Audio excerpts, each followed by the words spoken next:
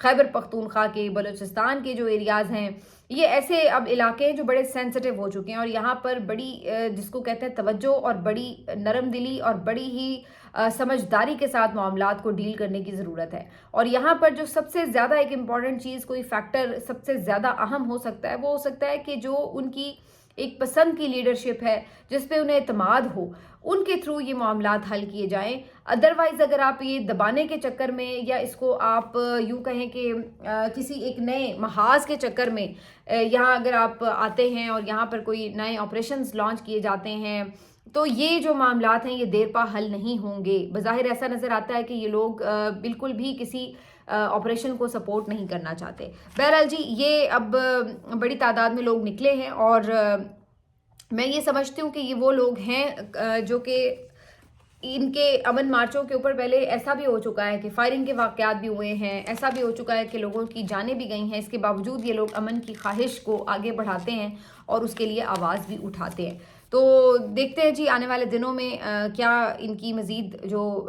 Demands ہیں وہ سامنے آتی ہیں۔ اب آ جاتے ہیں جی آرمی چیف کے خطاب کے اوپر۔ بیسیکلی آرمی چیف نے اسٹوڈنٹس کے ساتھ ایک سیشن کیا تھا، میٹنگ کی تھی، اور اس میں انہوں نے ان سے گفتگو کی تھی۔ ویسے تو اس کی ویڈیو جو تھی وہ جاری ہوئی تھی 2-4 دن پہلے، لیکن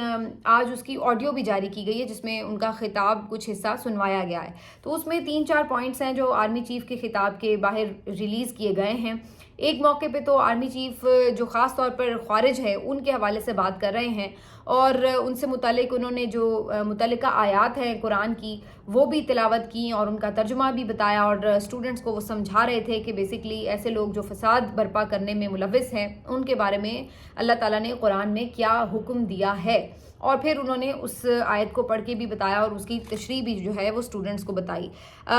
جو دوسرا اس کا حصہ تھا ان کے خطاب کا، جو کافی جس کے اوپر بات بھی ہو رہی ہے، وہ خواتین سے ریلیٹڈ تھا، جس میں وہ اس بات پہ تنقید کر رہے ہیں کہ یہ جو خوارج ہیں انہوں نے اپنی ہی ایک تشریح کر رکھی ہے اسلام کی، اور یہ آ جاتے ہیں کہ جی خواتین کو جو حقوق اللہ تعالیٰ نے دیے ہیں، اسلام نے دیے ہیں، دین نے دیے ہیں، مذہب نے دیے ہیں، یہ ان حقوق کو ان سے چھیننا چاہتے ہیں اور چھینتے ہیں۔ تو ہم ان کو یہ اجازت ہرگز نہیں دے سکتے کہ وہ حقوق جو اسلام نے عورت کو دیے ہیں وہ آپ ان سے کیسے چھین سکتے ہیں۔ تو یہ بیسیکلی جو ایک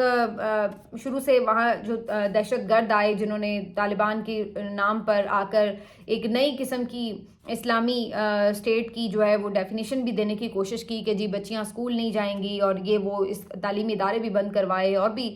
کئی معاملات پر جو خواتین کو ایک بالکل جاہلانہ طرز عمل سے پیچھے دھکیلنے کی کوشش ہوتی ہے۔ تو وہ ساری باتوں کے اوپر انہوں نے جو اپنی ایک تشریح رکھی تھی، اس کو بیسیکلی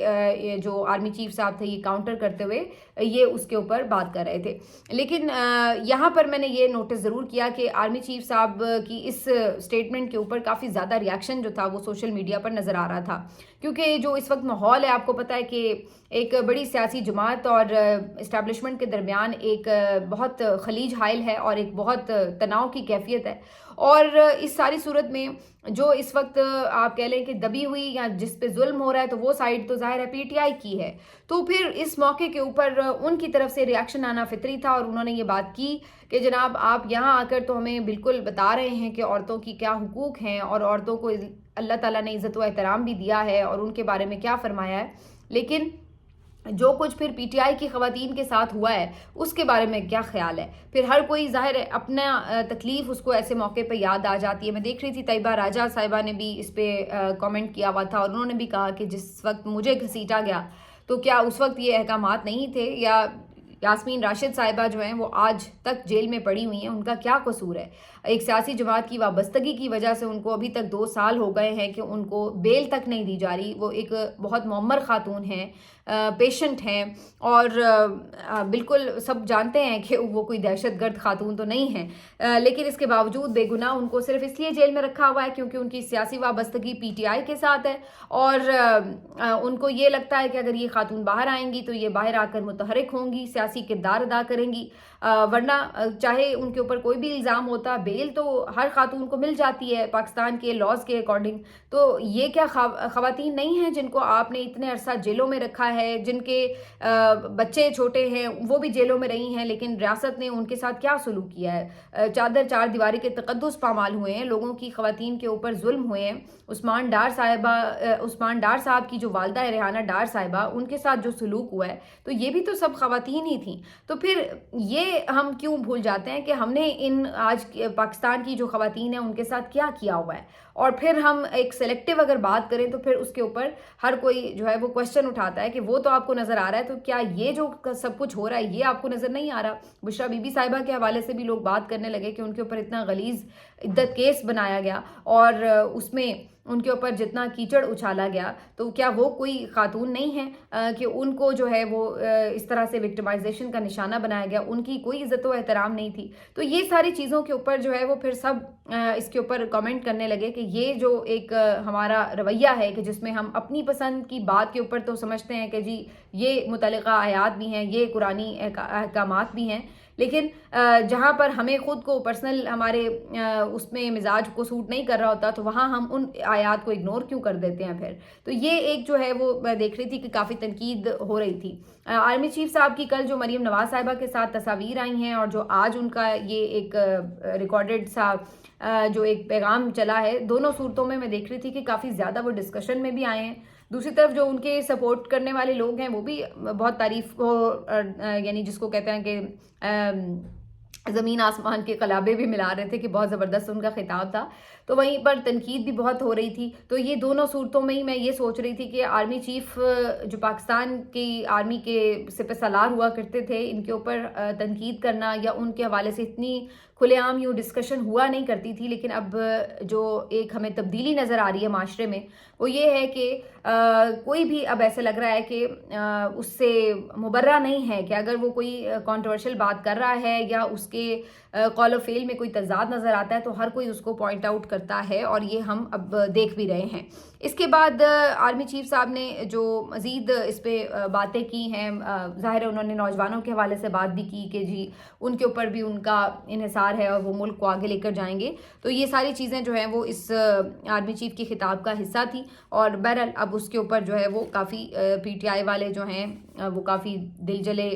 باتیں بھی کر رہے ہیں, اور کچھ چیزیں حقائق بھی ہیں. ظاہر ہے اس کو کوئی انکار نہیں کر سکتا کہ خواتین کے ساتھ اس دور میں بڑا ظلم ہوا ہے, تو کون یہ کہے کہ بھئی واقعی ایسا نہیں ہوا, تو وہ تو ایک آبویس سی بات ہے جو سب کو نظر آ رہی ہے. تو یہ ایک سچویشن جو ہے وہ آج کافی زیادہ ڈسکشن میں رہی ہے. اب یہ بات جو تھی 9 مئی کے مقدمات کی, یہ صرف خواتین تک نہیں, بہت سے مرد حضرات جو ہیں وہ بھی ناجائز جیلوں میں پڑے ہوئے ہیں. ابھی تک بہت سے لوگ ہیں بے گناہ ہیں, لیکن ان کے کیسز بھی آگے نہیں بڑھ رہے. بھئی اگر وہ بے گناہ ہیں انہیں چھوڑ دیا جائے, اگر وہ گناہ گار ہیں تو ان کو سزا ہو جائے, لیکن کیسز تو آگے چلیں. اب اسی طرح میں آج دیکھ رہی تھی یہ 4 کیسز ہیں بیسکلی 9 مئی کے مقدمات میں ان لوگوں کو نامزد کیا گیا. ان میں ایک ہیں بلال وجاہت, دوسرے ہیں حماد جاوید, پھر خضر عباس اور علی رضا. ان 4 کا میں اس لیے خاص طور پہ ذکر کر رہی ہوں کہ ان کی ضمانتیں ہائی کورٹس نے مسترد کر دی تھیں, اور اب ان کی ضمانتوں کے لیے اپلائی کیا گیا تھا سپریم کورٹ میں. اور یہ آج کی بات نہیں ہے, یہ کئی مہینے تقریباً 6-7 مہینے پرانی بات ہے, لیکن ابھی تک بھی ان کی جو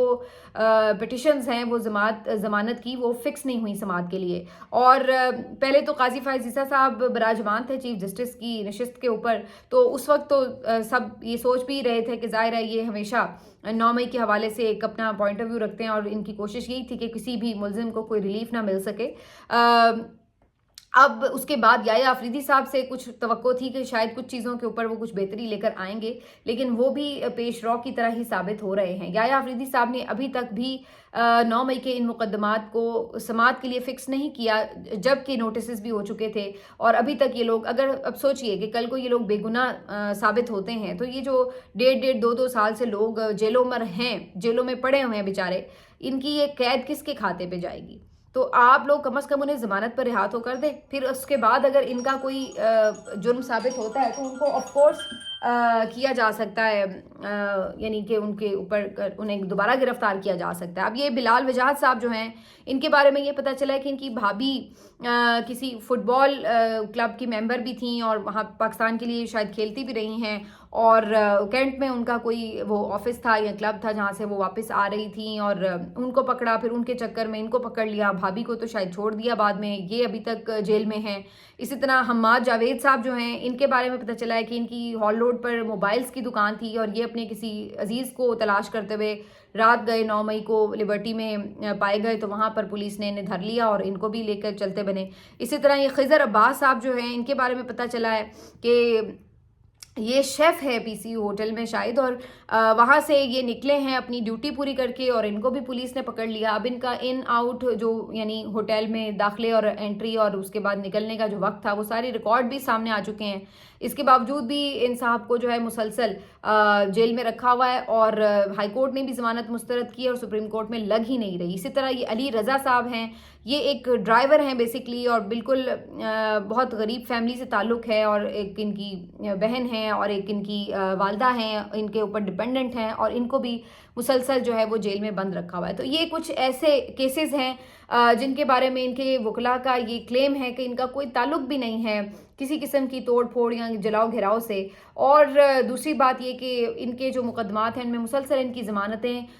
جو ہیں وہ ڈسمس کر کے بات سپریم کورٹ تک چلی گئی اور اب سپریم کورٹ میں یہ کیسز فکس نہیں ہو رہے. تو افسوس کی بات ہے, کم از کم آپ کیسز لگائیں, ان کو ضمانتیں اگر بنتی ہیں میرٹ پر وہ دیں تاکہ اگر یہ لوگ بے گناہ ہیں تو ان کو مسلسل اس طرح قید میں تو نہ رکھا جائے. لیکن یہ ہمارا نظام انصاف ہے, یہ ہمارا جو ہے پورا ایک سسٹم ہے جو اس وقت عدلیہ کا ہمیں کولیپس کرتا نظر آتا ہے, جس پہ پہلے ہی ہم بہت بات کرتے ہی رہتے ہیں کہ کیا اس وقت اس کے حالات ہیں اور آئندہ مزید اس میں بہتری آنے کی بجائے ابتر ہی نظر آ رہی ہے جس طرح کی اب چیزوں کے ساتھ اس کو ہم دیکھ رہے ہیں ہوتا ہوا. تو یہ بڑا انفارچونیٹ ہے, اس میں جو عام آدمی ہے اس کا اس سسٹم سے اعتبار اٹھ رہا ہے اور یہ سب سے زیادہ خوفناک بات ہے کہ جب آپ کو آپ کے اداروں پہ اعتبار نہ رہے, جب آپ کو یہ امید باقی نہ رہے کہ آپ کو انصاف ملے گا, کہ آپ کسی جگہ جائیں گے تو آپ کی کوئی داد رسی ہو سکے گی. تو یہ سب سے بڑا جو ایک فلا ہے وہ تب ریاست اور عوام کے درمیان وہ گیپ ہوتا ہے کہ جب اس کا ٹرسٹ اس ریاست سے اٹھ جائے, اور یہ سچویشن اب ہمیں ہوتی ہوئی نظر آ رہی ہے. ملتے ہیں آپ سے اگلے ویلاگ میں, اپنا خیال رکھیے, اللہ حافظ.